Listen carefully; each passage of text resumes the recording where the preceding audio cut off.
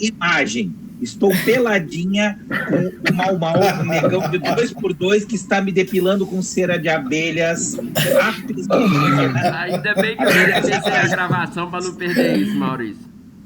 Estou me depilando porque mais tarde tem um encontro com o nosso gay-vernador. Agora aqui no Rio Grande do Sul a gente tchê gay, mais tchê do que gay, mais gay do que tchê. Amanhã eu escrevo tudo para vocês. Pois é, rapaz, eu acho que não foi nenhuma surpresa para vocês, né? Para ninguém, na verdade. Né? Não, na realidade, assim, ó, aqui em Pelotas todo mundo sabia que ele era viado. Sabia-se que ele era viado mesmo, e assim, ó, fez um bom governo em Pelotas, aproveitou muito do prefeito anterior, que ele era assessor. Dizem as más línguas que a vice, que é a atual prefeita que governava, que ele estava sempre dando a bunda em Porto Alegre, também dizem isso. Tá? Mas foi um bom prefeito. Enquanto governador, pegou o Estado numa merda, porque o PDT e o PT quebraram o Estado, e o PMDB, que fez alguns governos, não conseguiu melhorar. Tá? O PDT aqui conseguiu o seguinte, que apelido é Negão também, o Negão Colares, quando foi governador, ele levou 2 bestas para o governo, a mulher dele, todo mundo chamava de besta, que era secretária de Educação, e a Dilma, que tinha acabado de quebrar, era do PDT, tinha acabado de quebrar uma loja de 1,99, e ele levou a Dilma, lançou a Dilma na política. Mas os caras quebraram o Estado. E ele conseguiu botar o funcionalismo em dia usando dinheiro do Covid, mas fez uma péssima gestão. E o problema dele, enquanto candidato a presidente... E aí, Neto? Neto e Anthony, que dupla da peste. Muito bom. Um só, né, Maurício? Eu tava com saudade de vocês, cara. Só que eu tava com aula nesse horário. O problema desse doido aí é o seguinte: esse cara nunca estudou. O único tempo que ele estudou em escola pública foi na Universidade Federal.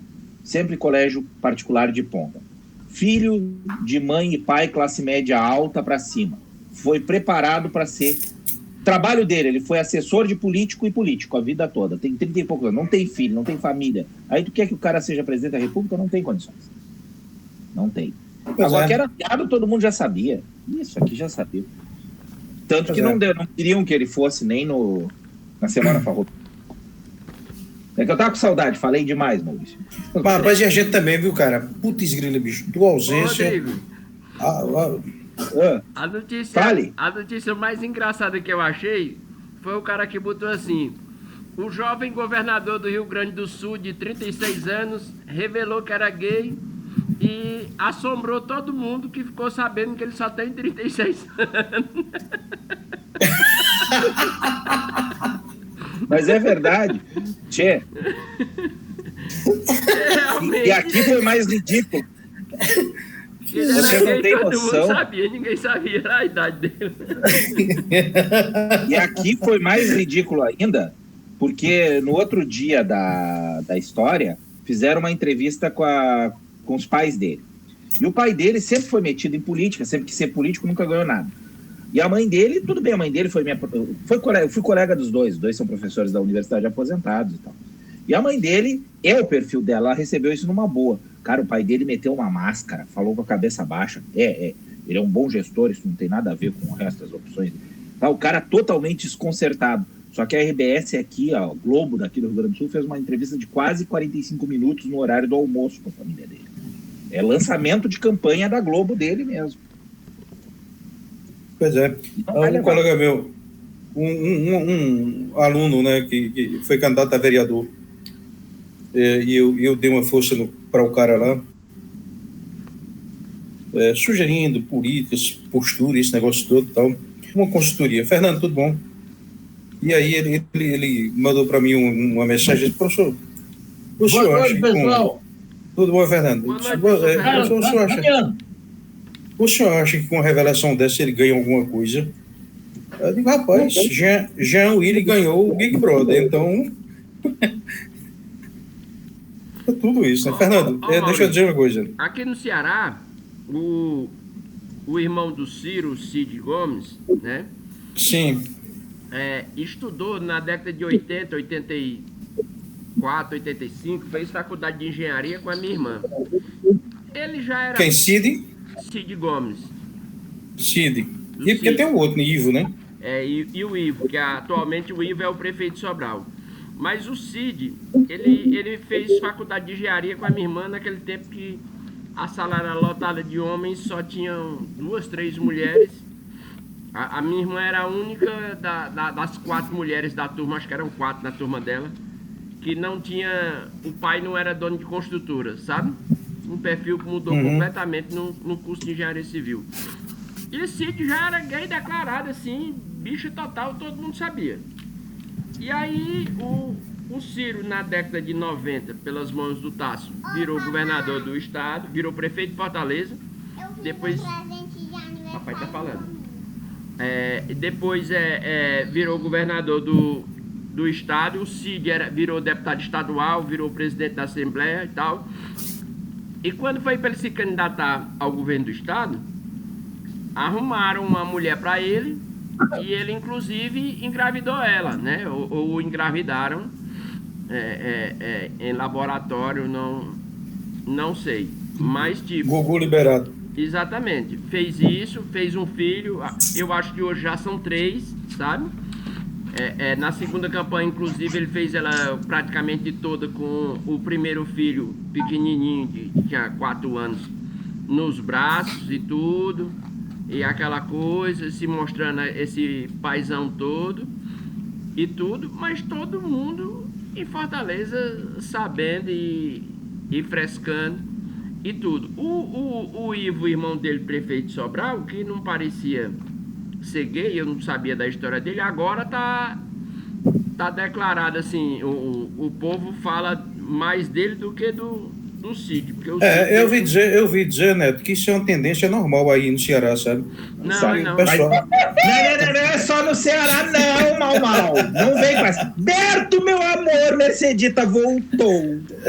Eu vou dizer que o pessoal... O Berto chegou, dá beijinho, Berto. Esse pessoal que é descendente assim de coronel, sabe? Major, essas coisas, diz que o pessoal tá tudo bicho. Berto, lindão, Mercedita voltou. Mercedita está se depilando com cera de abelhas para encontrar o governador hoje. Por isso que tá sem imagem, tá peladinha.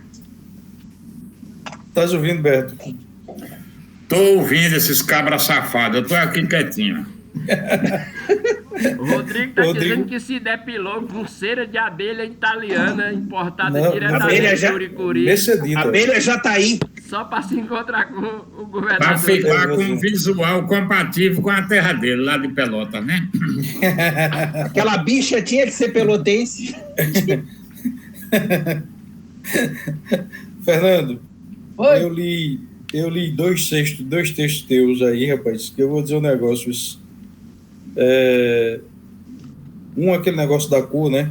Que o cara botou para quebrar lá no Morenaço com o negócio da cor. E o outro, rapaz, aquele acidente lá do camarada na Roldana, do barril de... Aff, Maria, rapaz, eu quase me estouro de rir com aquilo. Eu fui ler em voz alta e não consegui.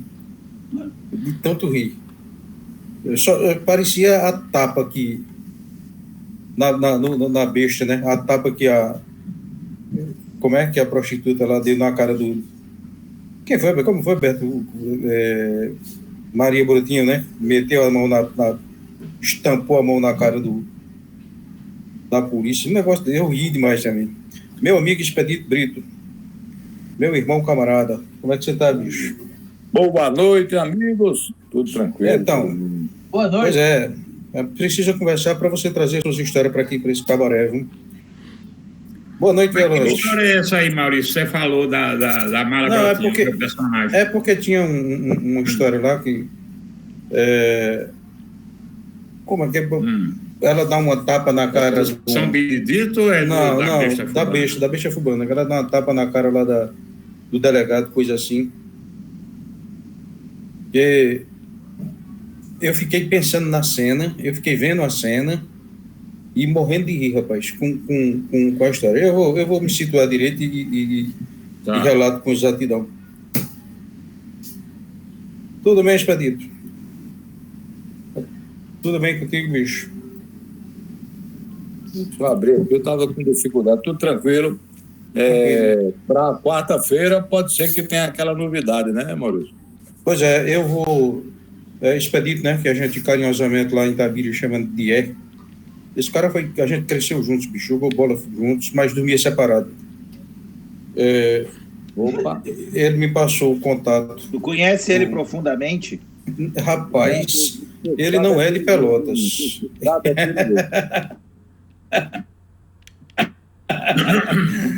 Ele me passou o contato de um cabra bom, viu? Não sei se você conhece, Beto, Diomedes Maranhão. Não sei se você conhece. Rapaz, o cabra... Inclusive, eu acho que foi... Ah, não, foi João Alderney. João Alderney. João teve uma coluna aqui na Besta, sumiu, né? Sumiu, Pois é. Ele teve aí num negócio de um festival que houve lá em Serra Talhada, e Diomedes deu uns motes lá para a turma e tal, e ele glosou lá um negócio, ficou bonito, ficou bem interessante. Falando sobre sertanejo. Aí eu vi, e Dia tinha falado sobre a possibilidade da gente convidar Diomedes. Eu digo, rapaz, seria um bom bovis. Daí ele hoje me passou o contato, mas faz pouco tempo que eu terminei minhas aulas. É um dos maiores cantadores da atualidade, o Diomedes. O cabo é bom, viu? O cabo é bom mesmo, bom mesmo. Ô Berto, ontem eu falei foi com o Zé Lito, né? Eu tinha mandado uma mensagem de WhatsApp para ele, aí tinha mandado e-mail atrás do livro dele, ele não respondia. Aí ontem eu liguei para ele, eu acho que ele tá variando da cabeça, que ele passou o tempo todinho. Homem, não me abandone mais não, ligue para mim para conversar comigo, mande mensagem pra gente conversar. Aí eu cá comigo e eu mando. Ele tá internado em algum hospital psiquiátrico ou ainda tá no mato, se fazendo de besta, aquele cabra safado? Pois é, eu acho que ele tá se fazendo Ô bicho cheio de mandinga, parece mensagem, ele não respondia, como é que ele quer conversar comigo? Aristeu Teixeira, um abraço, meu querido. Tudo bom com você? Aristeu é outro conterrâneo. Flavinha Arruda, olha só, aí prestigiando o nosso amigo Gonçalves Júnior, que é filho de Gonçalves Pai, né? Tudo bom, Flavinha? Ela disse que viria mesmo. Aí, ó. Eu Tudo sabia que ela viria. Eu tô fechado. Eu tô sentindo falta da feiura do Adonis.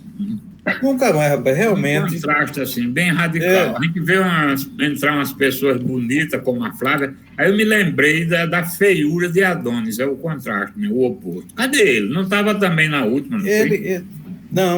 Eu não sei o que é que está acontecendo, ele parece, não sei, tem atrasado, coisa assim. Hoje o Magnovaldo mandou uma mensagem dizendo que estava extremamente gripado mesmo, fez uma viagem e voltou com uma gripe muito violenta. Eu digo, não, cara, relaxa. Olha, e Magnovaldo, bicho, eu vou dizer uma coisa, o cara tem história. Eu já disse a ele, bota esse negócio no livro, rapaz. Ele contou a história lá do professor de estatística, lá da turma de engenharia, e ele contou recentemente, lá na Besta Fubana, a história de um amigo dele, do filho de um amigo do amigo de um filho dele, né? E começou a namorar com uma menina, e o cara detestava bolo de cenoura. E a sogra fez um bolo de cenoura e o cabo engoliu às pressas assim, para disfarçar. Quando foi na Copa de 94, ele foi assistir a final lá na casa da namorada, um apartamento por andar lá nos Jardins, ou no Morumbi. E aí, rapaz, tempo normal 0-0, prorrogação 0-0, vamos para os pênaltis. A sogra trouxe lá um bolo de cenoura, o cabo ficou enrolando. Aí quando o Baggio perdeu o pênalti, o cabo, naquela vibração toda, o cabo pegou o bolo e jogou pela janela. Fá! Só que ele não viu que a janela estava fechada, né? Ele viu que achou que estava... viu transparente, bicho. Jogou o bolo pela janela. É isso mesmo, bicho. Aristeu, é de Júlio Soldado. Meu querido Aristeu, irmão de Tereza de Jesus. Eu tenho vontade de convidar a Tereza para esse cabaré, viu, Aristeu? Qualquer dia desse eu convido ela. Mas, Maurício, ó, essa de jogar pela janela, eu tinha uma namorada que tinha um gato, e eu não aguentava o gato, então ela saía de perto e eu jogava o gato pela janela. Ela morava numa casa.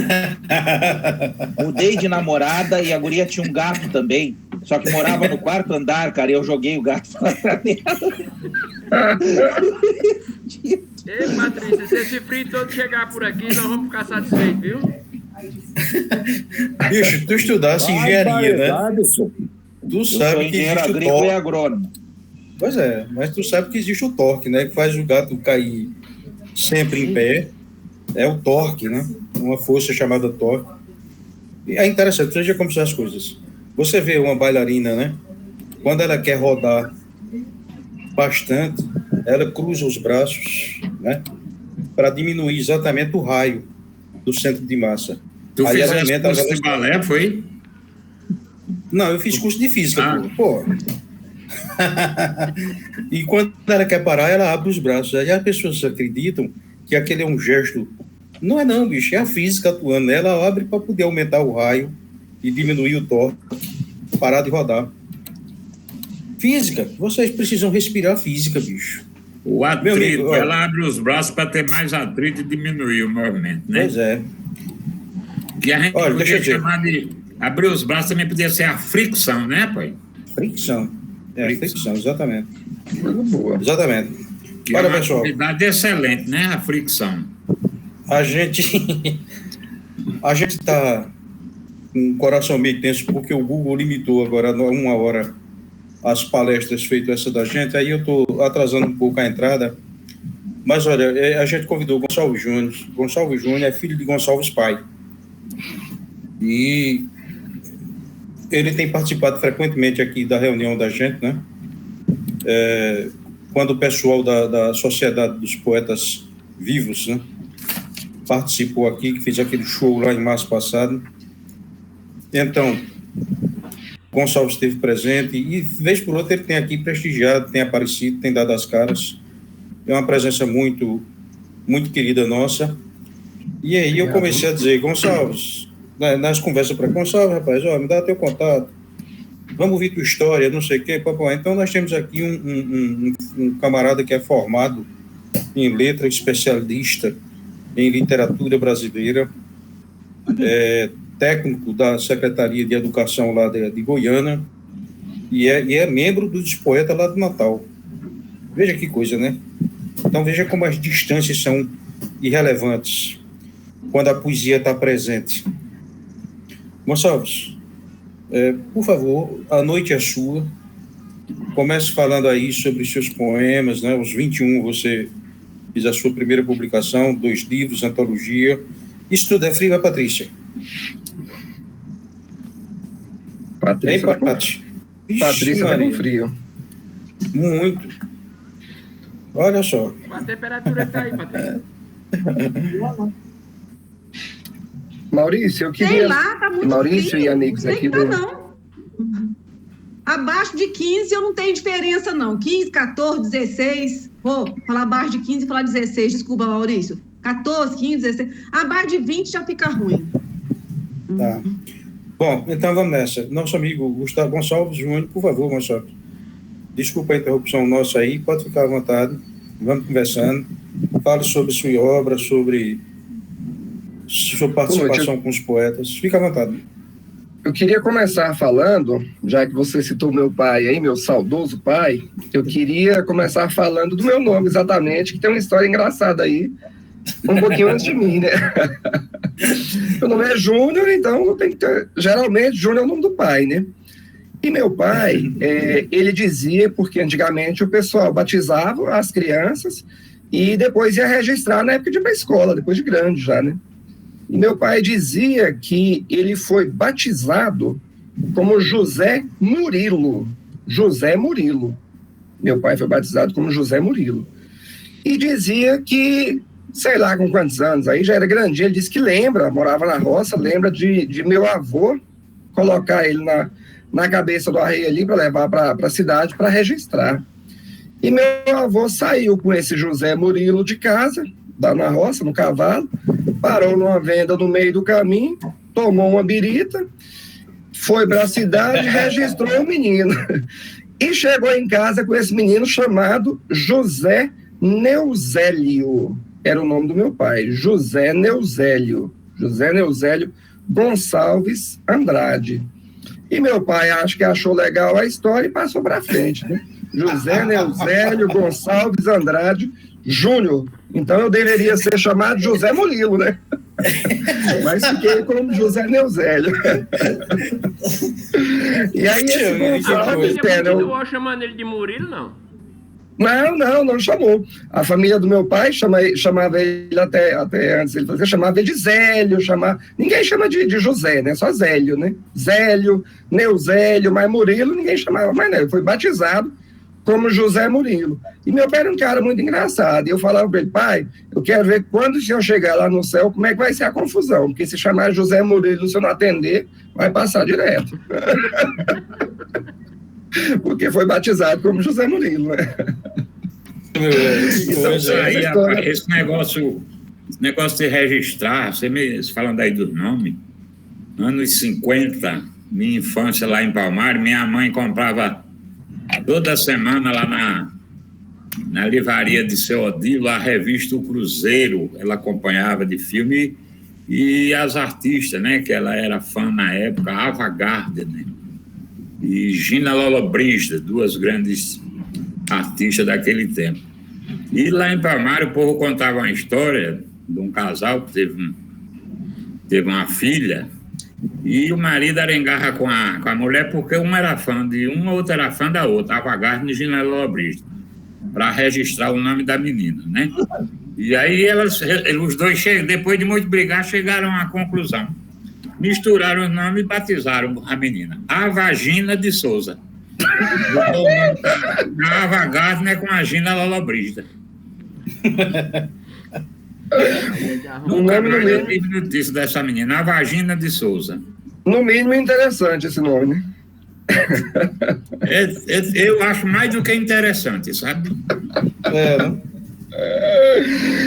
E aí, continuando, falando da minha história, eu quero chegar assim, até onde a poesia me encontrou, né?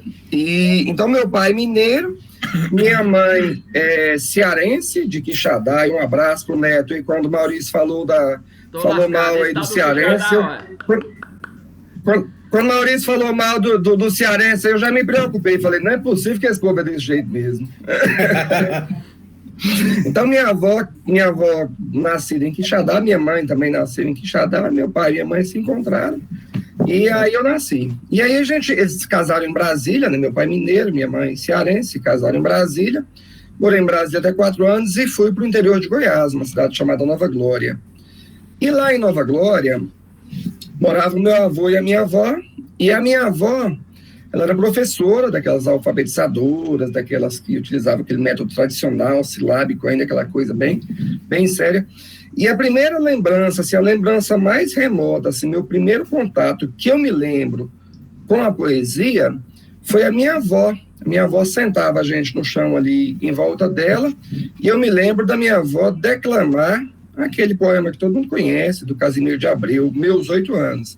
Ah, que saudade que tenho, da aurora da minha vida, da minha infância querida, que os anos não trazem mais. Então, essa é a minha lembrança mais remota, assim, a minha lembrança mais antiga de contato com a poesia. Eu acho que ali eu comecei a me apaixonar pela poesia. E a minha avó, eu com 4 anos, o meu irmão já com quase 7, né? Meu irmão já na idade que as crianças eram alfabetizadas naquela época. A minha avó foi alfabetizar meu irmão, né? Está em casa, não antes de ir para a escola, já me ensina a ler, que ela vai chegar dando show na escola.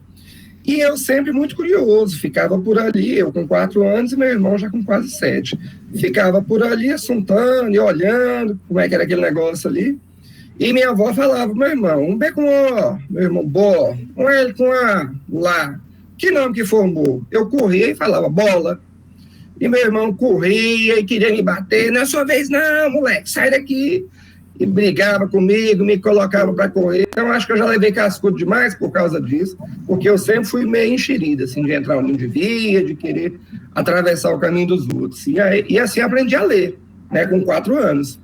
Então, para aquela época, a minha mãe levou meu irmão para matricular e a professora, não, esse menino tem que estudar, o menino já sabe ler, vai fazer o que em casa? Mais 2 anos, 3 anos? E aí entrei para a escola também. E comecei a estudar e tal. E tudo foi muito bem, né, até uma certa idade. E lá pelos 7, 8 anos, eu fazia ali a antiga 4ª série do primário, e eu tive a minha primeira decepção com a questão da escrita, com a questão da literatura, né? Não sei se isso podia ser chamado de literatura ainda. Lá na 4ª série, tinha uma semana de alimentação na escola, e o pessoal inventou um tal de um concurso de redação. Mas não tinha que se preparar, não. Chegava lá na sala, hoje é redação sobre alimentação e tal. Fizeram um teatro de fantoches e mandaram fazer redação sobre o teatro. E eu sentei lá na sala mesmo e fui escrevendo, escrevi. E fiz lá a minha redação. E mandei para participar e tal, tudo na sala, assim, a professora observando, todo mundo escrevendo. E isso rodou a cidade inteira. Na cidade pequena, tinha uma banca para examinar as redações. E como a cidade era pequena, a gente ficou sabendo, assim, da repercussão, né, daquele concurso de redação e tal. E chegou até os ouvidos da minha mãe que a banca avaliou que aquela redação não podia ter sido feita por uma criança de 7, 8 anos, porque eu usei uma palavra diferente. No teatro de fantoches tinha um ratinho, né, fazendo a brincadeira da alimentação com um ratinho, e eu não usei a palavra rato, eu já queria ser diferente, né, escrevi a palavra camundongo. E aí disseram que a criança daquele tamanho não tinha condição de ter esse vocabulário, de escrever camundongo. E aí me desclassificaram. Então foi assim, minha primeira decepção com a literatura foi nesse concurso de redação. Me desclassificaram porque alguém ajudou esse menino, alguém na sala, a professora, alguém ajudou esse menino. E aí fui desclassificado e fiquei magoado com aquilo, rapaz. O povo falava de concurso de redação, falava, não vou fazer isso mais. Não vou passar por essa decepção de novo. E continuei estudando. Lá pelo primeiro ano do ensino médio, tinha um professor bigodudo chamado Eronildes, bravo demais, sistemático de português, daqueles que chegava no final do ano e contava-se aquele tanto de aluno que reprovava em português, que reprovava em literatura, e ele batia no peito e falava, comigo só passa quem sabe. E eu cheguei na escola, a minha mãe professora, meu pai professor também, e tinha aquela fama, né? Porque esse aqui é filho de professor, esse aqui é filho do padeiro, aquele ali é filho... Todo mundo sabia de quem era filho, né? Conhecia todo mundo. Então, já cheguei com aquela fama, né? Filho de professora, né? Uma pessoa que lê e tal. E aí, na primeira prova de literatura, eu tirei a nota 53, 5,3, né? E o professor não perdeu a piada de forma nenhuma, né? Veio devolver a prova e falou assim, ó... Uai, mas filho de professora tirando 53 na prova? Eu falei, peguei a prova, dei uma olhada. Falei, isso mesmo, professor. Aí eu olhei a prova de um lado, olhei do outro. Falei, professor, vamos combinar uma coisa a partir de hoje? Ele falou, vamos. Eu falei, a partir de hoje, minha nota com o senhor é 8. Ele olhou para mim, acho que achou assim, um desaforo, um caboclo chegar na primeira prova, o professor respeitado, famoso, tinha fama de mal, né, aquela coisa. Olhar para ele na sala diante de todo mundo e falar isso, né? Minha nota com o senhor é 8, de 8 para cima. Ele olhou para mim e falou, rapaz, você está no primeiro ano, você vai estudar o primeiro, segundo, terceiro ano comigo? Falei, sim, senhor, minha nota com o senhor é 8, a partir de hoje. Ali era a minha segunda decepção, né, assim, cheguei no ensino médio, né, foi minha segunda decepção ali com a área de português, de literatura. É tanto que eu penso que eu não sei como que eu entrei para esse trem, porque acho que eu entrei para gostar disso, né? E aí comecei a estudar, e aí chegava dia de prova, esse professor dava a prova e ficava louco de lá para corrigir minha prova, e eu louco de cá para responder. E passei os 3 anos estudando e só tirei 9, 9,5, acima de 8. Mantive a média que eu falei. E como a cidade continua pequena até hoje, não cresceu demais, depois que eu saí da escola, o professor um dia no boteco, conversando com meu pai, jogando sinuca, falou assim, Neuzélio, aquele menino seu, ele mudou uma coisa na minha profissão, viu, meu pai? O que foi? Ele falou, depois que aquele menino seu começou a estudar comigo, nunca mais eu tive sossego. Porque se eu deixasse, ele me derrubava na sala de aula, ele perguntava coisa que eu não sabia, ele me questionava, se eu falasse alguma coisa errada, ele falava que eu estava errado, e o pau torava. Então, aquele menino mudou meu jeito de dar aula. E assim, isso eu já estava na faculdade, né? Assim, meu pai chegou e me contou. E assim, eu fiquei muito feliz com isso, não pelo lado de estar colocando pressão no professor, né? Mas pelo lado, assim, de que uma coisa que me marcou de uma forma negativa, eu podia falar, na partir de hoje eu não quero saber mais de português, eu vou estudar outra coisa, né? Mas aquilo, para mim, virou um desafio. E aí, depois disso, estudei primeiro, estudei segundo, estudei o terceiro ano, e fui para a faculdade, né? Entrei na faculdade com 16 anos também. Muito novinho. O engraçado é que do jeito que ele forçou a estudar, você deu uma luz dele também, né? O homem passava apurado, rapaz. Deixa eu aproveitar a pausa aí, que você foi beber água. O Maurício, você falou que o Maurino disse que não vem porque está cansado, né? Ele está cansado de ficar lá no Zap do Cabaré o dia inteiro que ele fica lá. Inclusive agora, enquanto a gente está conversando aqui, ele está conectado lá. Eu estou com o celular aqui, ele acabou de fazer uma postagem. 19h52, entendeu? Então, a psicopatia dele está todinha aqui, por isso que ele não veio mais na reunião. Pronto. Era o fuxico que eu queria fazer. Então, e aí cheguei na faculdade, né? Passei por essa etapa do professor de português e tal, e cheguei na faculdade com 16 anos. E aí cheguei na faculdade e comecei a ler, assim, minha família foi uma família que nos possibilitou a leitura o tempo inteiro. A gente, na década de 80, a gente assinava Gibi da Turma da Mônica, minha mãe sempre leu muito, então a gente tinha muito acesso à leitura de todas as formas, tanto literária quanto a informação da maneira que podia ser feita. E então eu cheguei na faculdade e eu ia de uma cidade para outra e tinha que esperar o ônibus para vir embora. A aula terminava 10h20, mas tinha uma turma que tinha aula até 11 horas. Então, das 10h20 às 11 horas, no primeiro ano, eu ia para a biblioteca. E na faculdade, nesse primeiro ano, eu li de tudo. Comecei a ler Manuel de Barros, me apaixonei por Manuel de Barros também, comecei a ler e fui lendo toda a coleção de Manuel de Barros, depois fui lendo toda uma coleção de Carlos Drummond de Andrade, e aí fui lendo, estudando literatura e lendo, e fui me encantando cada vez mais com a escrita, né, com a literatura de uma maneira especial mesmo.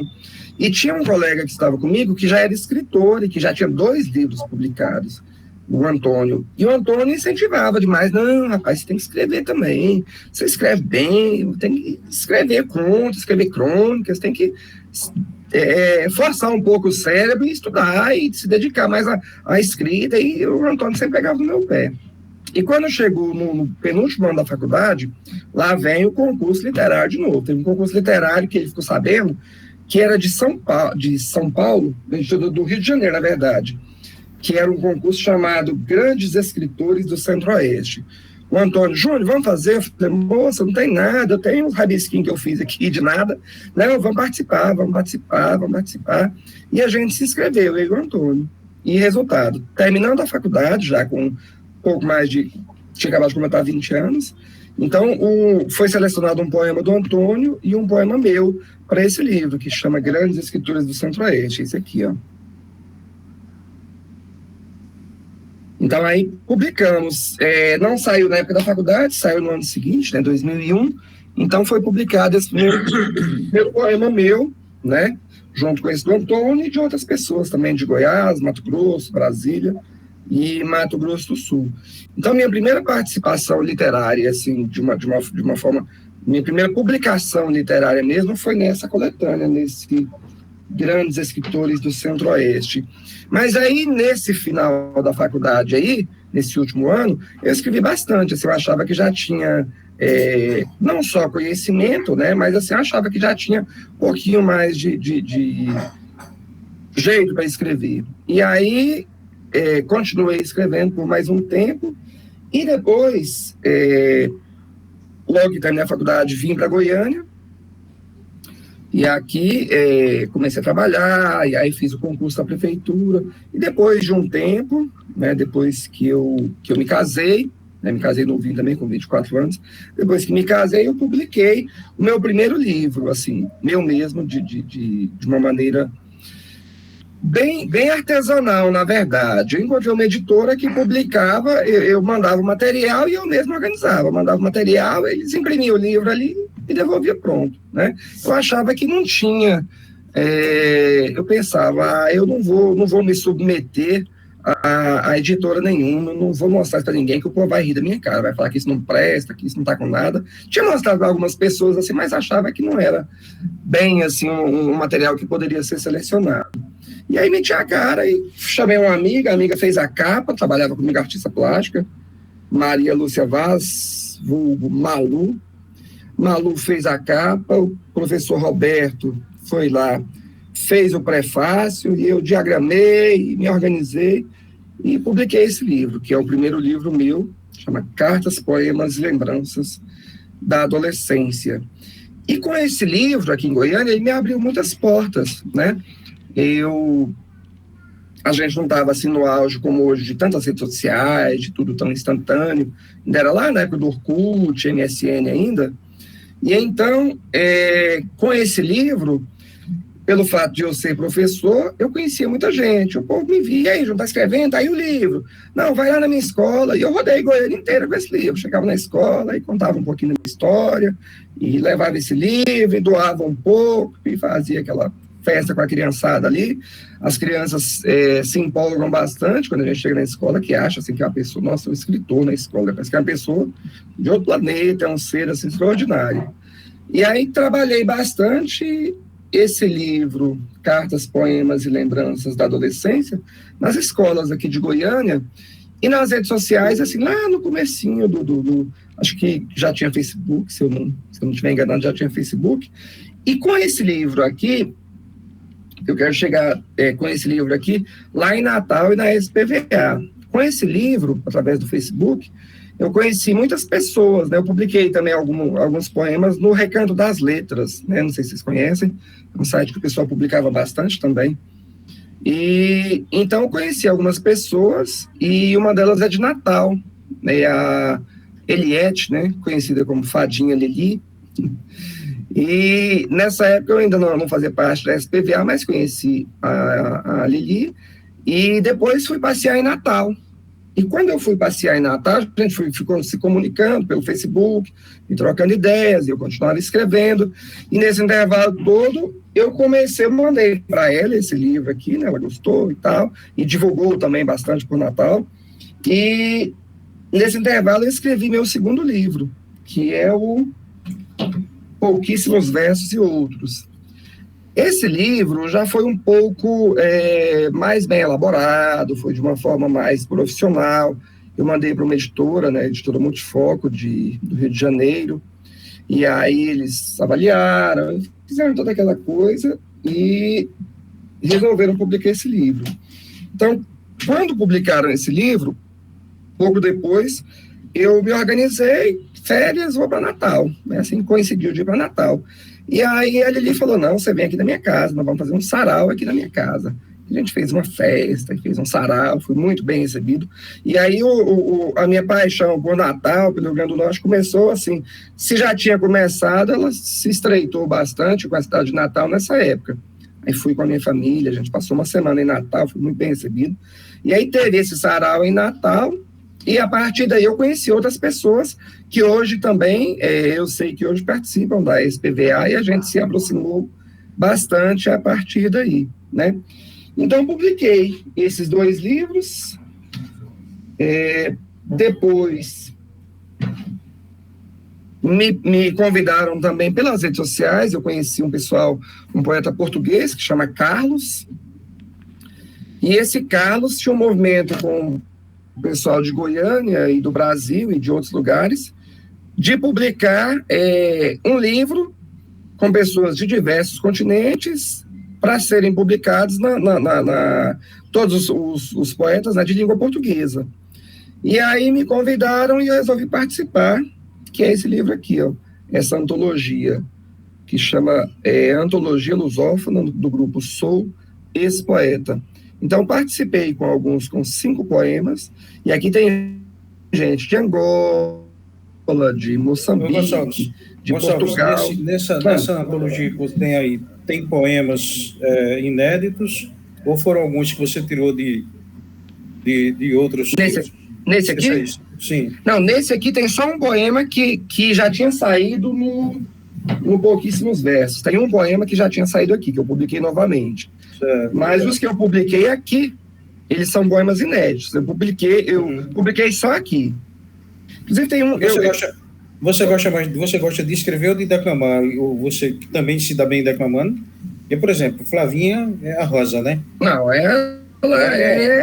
ela é acima da média. Flávia, outro nível. Fazendo uma declamação, ela declama até obituário, se você botar.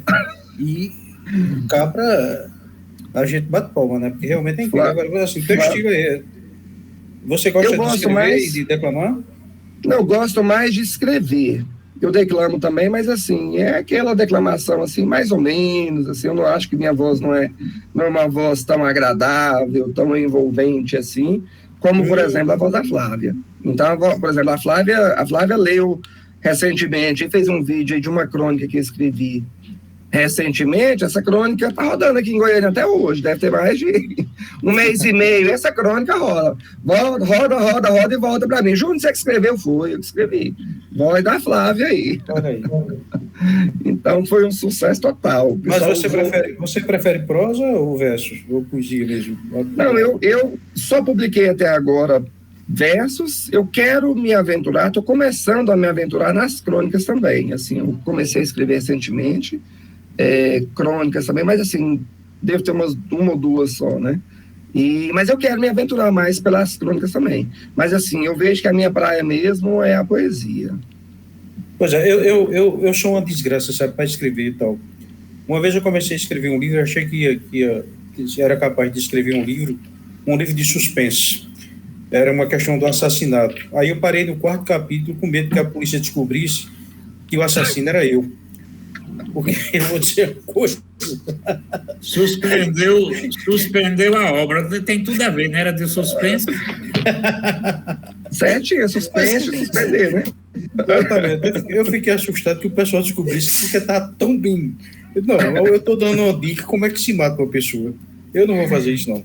Eu vou fazer cálculo, que é minha praia. Mas desculpa, Mas diga aí, bicho, coloca um poema seu aí que você acha que foi marcante. Mas aí, isso que eu queria fazer agora. Você citou aqui esse Sou esse poeta, e aí o que acontece? Tem um poema que eu gosto bastante, até porque aqui em Goiânia, final de julho, começo de agosto, aí, é um mês que os ipês estão soltando suas flores, e a gente vê muito aqui pelo Cerrado os ipês.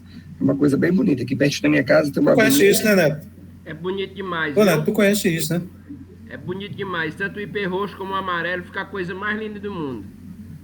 E se tem aqui também, tem um branco, né? Um ipê branco também.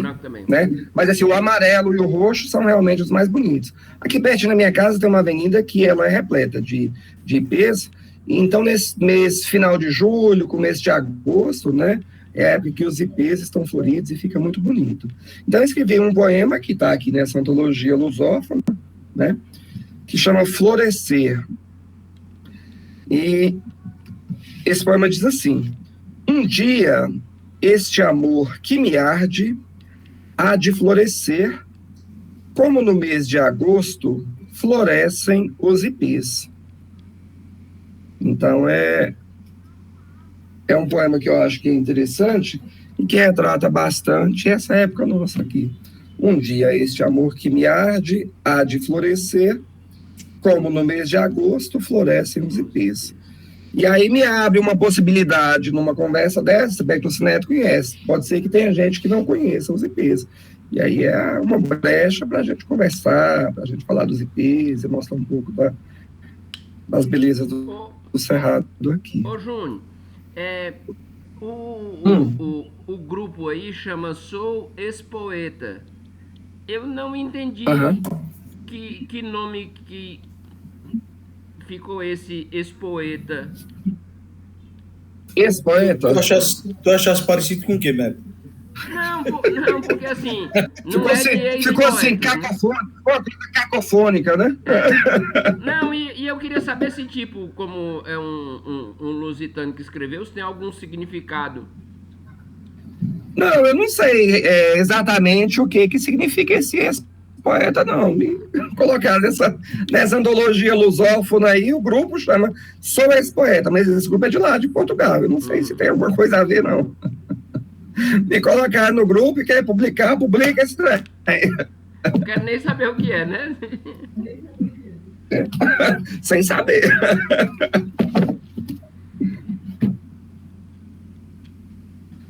E aí, tem alguma coisa que vocês querem saber? Tem algo que vocês querem perguntar? Tem alguma curiosidade? Alguém já leu alguma coisa?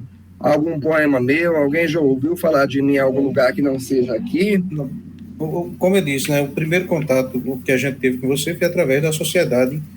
Uhum. E eu achava particularmente que você era residente, que você morava em Mossoró, em Natal. Eu não sabia que você morava em Goiânia. Não sabia que você era do Centro-Oeste.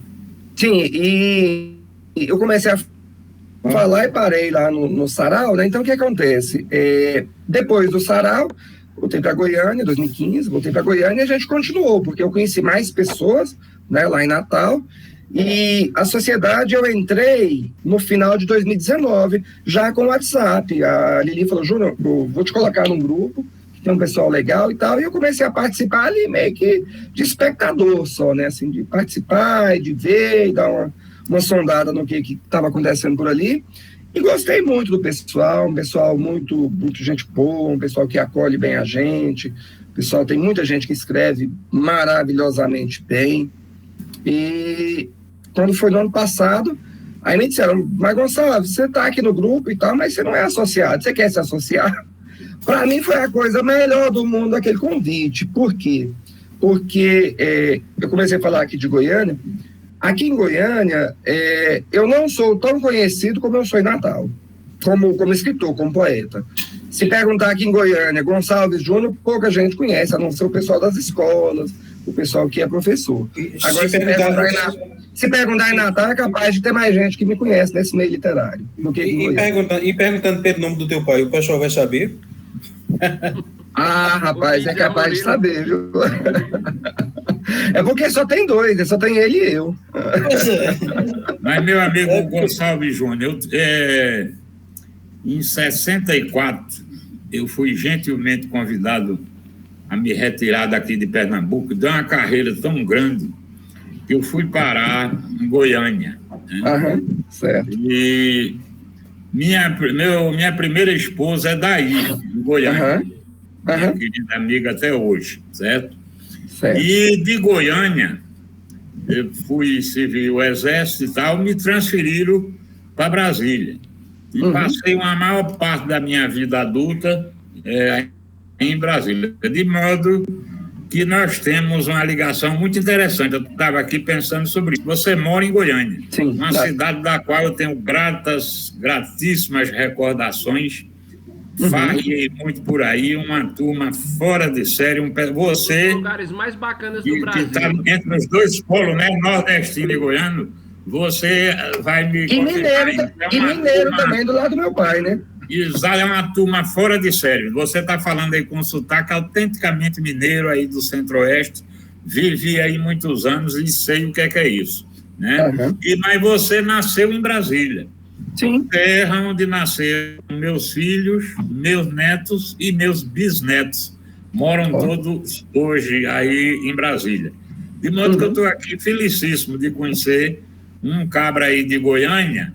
Quando eu cheguei aí em Goiânia, me meti em enxerido e participei de um grupo chamado GEM, Grupo dos Escritores Novos. Já ouvi falar demais.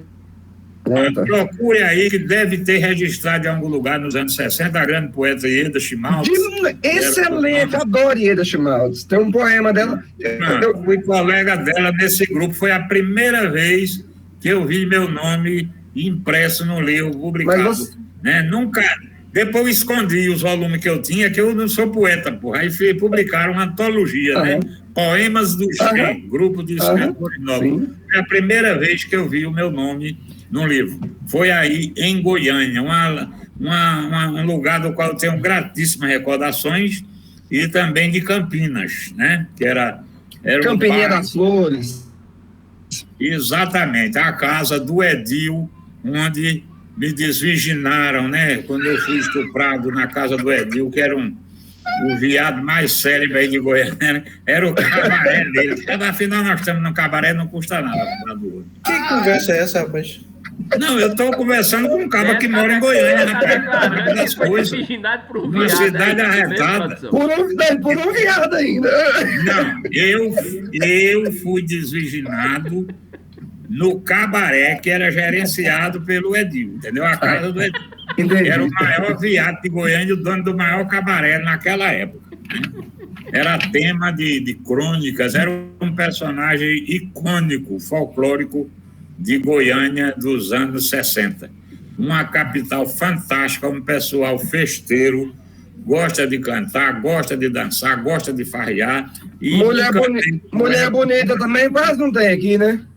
Como? Ave Maria. Mulher bonita também quase não tem aqui. Né? É uma terra de mulher aloprada, também atesto e dou fé, viu? Só tem mulher bonita aí, é um negócio arretado. Luiz, Roberto, eu encontrei agora a crônica que eu fiz o vídeo de Gonçalves Júnior, e eu separei aqui um trechozinho. Se vocês me permitirem, gostaria de ler. É um trecho sobre abraço. No abraço há sempre uma troca. Enquanto um acessa os pensamentos do outro, outro ouve o que diz o coração de um. Por isso, a lógica das coisas não me permite dizer que eu vou dar um abraço, porque é recíproco o ato de abraçar. Por mais que seja um presente, ambos dão e recebem. É um download e um up simultâneos, carregados de afeto. Abraços verdadeiros não têm cor, sexo ou religião. Aliás, nada pode religar tanto quanto um abraço, o que o abraço acolhe. É o trecho da crônica dele. Parabéns, belíssima crônica. Sobre abraços. Pois é. Coisa que a gente está buscando bastante. O Luiz, e antes de voltar na crônica que a Flavinha citou, eu queria ver se você lembra de uma coisa. A Ieda Schmaltz, na verdade, ela morou grande parte da vida dela em Goiânia. De nascença. Exatamente, mas ela era pernambucana. Mas era goiana de adoção, de coração, e fez a carreira dela toda aí. Você conheceu desse grupo, foi dessa época, você conheceu o Luiz de Aquino? Não. Luiz de Aquino. Luiz de Aquino, ele é um pouquinho depois dessa turma do grupo do GEM aí. Ele é um pouquinho então depois. Deve ser por isso, que eu, na época, né, 64, 65, eu já estava em Brasília. Então ele deve ser da turma de depois. No meu tempo, 64, não tinha. Luiz de Aquino é um cara excelente. Ele fez o prefácio desse meu livro aqui, ó, Pouquíssimos Versos e Outros.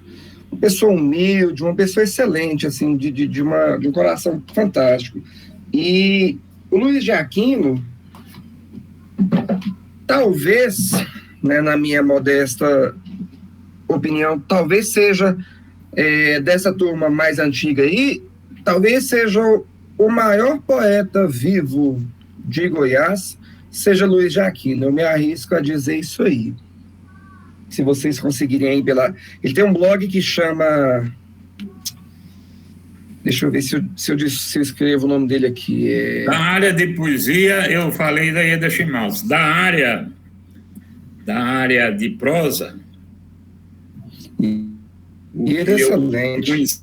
Que eu sou fã até hoje é o Bernardo Ellis. Bernardo Ellis chegou à academia. O grande romancista aí de Goiás, é um dos ícones da cultura goiana e da literatura. Isso, ele tive o privilégio de conviver com ele algum tempo aí, em 64. Ele chegou à Academia Brasileira de Letras, né, Bernardo Ellis? Foi eleito para a Academia Brasileira de Letras. Isso. Deixa eu só sincronizar. O blog do Luiz de Aquino, ele chama Pena Poesia por Luiz de Aquino. Deixa eu copiar e colocar no chat aí, que vocês, depois, se quiserem dar uma lida. O Luiz de Aquino é maravilhoso. Podem ler depois aí. Tem muita coisa legal do Luiz de Aquino aí. E Ieda Schmaltz, como você citou, é maravilhosa, né? Ida Schmaltz tem um poema que chama Caminhos de Mim é o título do primeiro livro dela que ela escreveu. Tem vieram outros. Caminhos de Mim foi o primeiro dela. Você conhece um poema dela que chama Ariadne? Me lembro. Tem um poema dela que chama Ariadne, que diz: minha última tristeza tinha os olhos azuis, feições inocentes e nenhum caráter. Que coisa mais bonita, meu Deus. Minha última tristeza foi tão linda que me enganava com a cara mais inocente. Minha última tristeza foi barra e nem percebeu sua importância de ter sido minha última tristeza, minha última lágrima. Nenhum caráter e olhos de cristal. Era como açúcar refinado, linda, fina, doce, mas fazia mal. Depois coloquei um papel na parede da sala dizendo, eu não vou me lembrar. Depois eu coloco aqui para vocês, não vou me lembrar o poema todo de cabeça. Mas é uma maravilha, Ieda Schmaltz também, daqui de Goiás. O povo fala muito de Cora Coralina, mas Ieda Schmaltz é maravilhosa. Eu acho que ela tenho até hoje o autografado por ela, esse livro, Caminhos de Mim. Nossa, maravilhosa. E então me aproximei, eu estava falando, então me aproximei do pessoal da SPVA e estou aí até hoje com esse pessoal, muito bom. Bom, pessoal, minha preocupação com o MIT, que desde o começo de julho para cá, ele começou a limitar as chamadas em até 1 hora. Eu estava conversando isso com Gonçalves, inclusive dizendo que a gente está começando tarde para poder dar tempo a essa coisa toda. Só que agora apareceu já aqui uma mensagem de que nós só temos 5 minutos. Só temos 5 minutos, lamentavelmente. Então, uma pena, está arretada a conversa do Gonçalves Júnior aí. Se for encerrada e reabrir a chamada, será que... eu vou tentar. Isso que eu falei para ele. Isso, né? Podia fazer isso, né? Então, pessoal, se ele cair, vai fechar, Maurício abre a sala de novo e todo mundo se reconecta. Vocês ficam aí eu reabro. Pronto, e reconecta, exatamente. Porque eles estão com essa coisa agora, né? Quando você tem mais de 3 pessoas, eles limitam. Então vai cair, aí quando cair, eu tento abrir novamente a chamada, e aí se não conseguir, na próxima quarta-feira eu vou mudar de plataforma, eu vou para outra, porque fica mais, a gente fica com mais tempo. O do Microsoft. Hoje é um dia muito importante, porque depois que o governador do Rio Grande do Sul se assumiu, Berto resolveu revelar aí que quem desvinhou ele foi Edil, é um momento histórico, né, Maurício? Eu quero até procurar saber mais. Uma safadeza que tem que me chamar, falar do meu nome, né? Eu quero até procurar saber mais sobre essa história. Eu sei que a disputa do Gaúcho com o Dória vai ser pau a pau. Ainda o Rodrigo está conectado hoje para ver isso e registrar, né, Rodrigo? Eu quero até procurar saber mais dessa história de Luiz aqui, com esse Edil aqui em Goiânia, viu? Eu quero andar pelo lado de Campinas ali e procurar para ver se eu ouço falar mais detalhes dessa história. E eu conto para vocês numa próxima conversa. Rapaz, não tente... A zona era lá em Campinas. Mas alguém falou aqui... Flavinha falando aí que Terezinha hoje está calada, essa semana eu me lembrei demais de Terezinha, porque assim, pensando no que a gente ia conversar aqui hoje, e Terezinha contou uma história das mangueiras, num bate-papo desse aqui, vocês lembram disso? História da mangueira, de um pé de manga que tinha não sei onde. Isso me lembrou as histórias de Nova Glória, porque eu até imaginei assim, que a mangueira eu acho que é uma árvore que é simbólica, assim, que tem uma representação extremamente simbólica com essa questão de cabaré, porque na região lá de Nova Glória, de onde eu morava, um pouquinho depois tinha o trevo de uma cidade lá de Itapaci, bem no trevo da cidade tinha uma mangueira, e ali era o point, a margem esquerda da BR-153, da rodovia Belém-Brasília, ali, meu amigo, era o fluxo da região ali, de tudo que tinha, todo mundo ouvia falar assim, falou que ia para as mangueiras, era o trevo de Itapaci, era o lugar mais famoso da região. E eu me lembrei da história de Terezinha, falando que tinha um pé de manga na casa, na frente da casa lá, não sei como é que é, eu lembrei demais.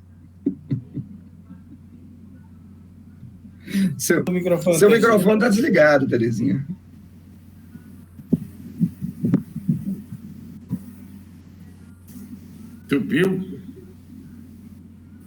Entupiu.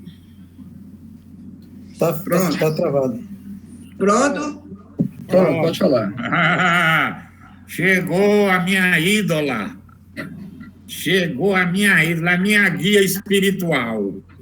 Olha, não é mangueira, não, é a tamarineira.